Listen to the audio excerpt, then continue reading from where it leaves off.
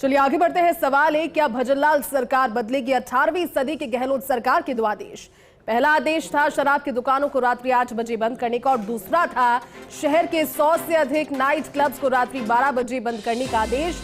इन दोनों आदेशों से जयपुर में इवनिंग एंटरटेनमेंट बिजनेस लगभग ठप हो चुका है और सरकार को करोड़ों के राजस्व का नुकसान हो रहा है। और इन्हीं आदेशों से परेशान होकर युवा पीढ़ी वीकेंड्स पर गुरुग्राम का रुख कर रही है, क्योंकि कॉर्पोरेट जगत में काम करने वाले युवक युवतियों के लिए लेट नाइट क्लब्स भी आकर्षण का केंद्र होते हैं। इसके अलावा संभ्रांत कारोबारी भी 9 से 10 बजे के बाद अपना धंधा बंद कर नहा धोकर 11:30 बजे तक जब तक नाइट क्लब्स पहुंचते हैं और इसी बीच 11:30 बजे से ही पुलिस के सिपाही डंडे बजाना शुरू कर देते हैं।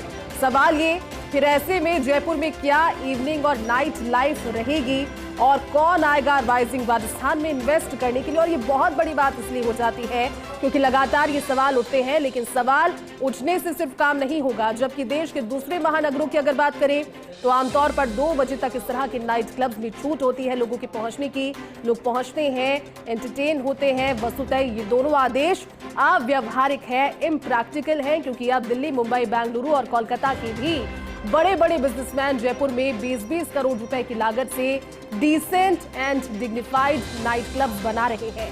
डिसेंट और डिग्निफाइड का मतलब ही यही है कि सारे पैरामीटर्स को ध्यान में रखते हुए सेफ्टी पूरी तरह से, सभी की सुरक्षा और सभी के लिए सहूलियत हो, इसीलिए ये पैसे खर्च किए जाते हैं।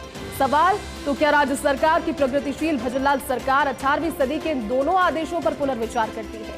और अगर ये पुनर्विचार होता है तो आने वाले दिनों में राइजिंग राजस्थान इन्वेस्टमेंट समिट से पहले इस तरह की कोशिशों के जरिए राजधानी जयपुर का नाइट लाइफ कल्चर भी आकर्षण का केंद्र हो सकता है, क्योंकि अमूमन अपने ऑफिस से पहुंचकर लोग अगर इस तरह के क्लब्स में पहुंचते हैं अपने परिवार के साथ, अपने दोस्तों के साथ, अपने फ्रेंड सर्कल के साथ, और पुलिस के खौफ की वजह से, डर की वजह से उन्हें पैसे देने के बाद में भी एक विक्टिम की तरह, एक आरोपी की तरह जिस तरह से उस समय अनुभव होता है, उस अनुभव से बचने के लिए सवाल ये कि दोनों आदेशों पर पुनर्विचार किया जाएगा।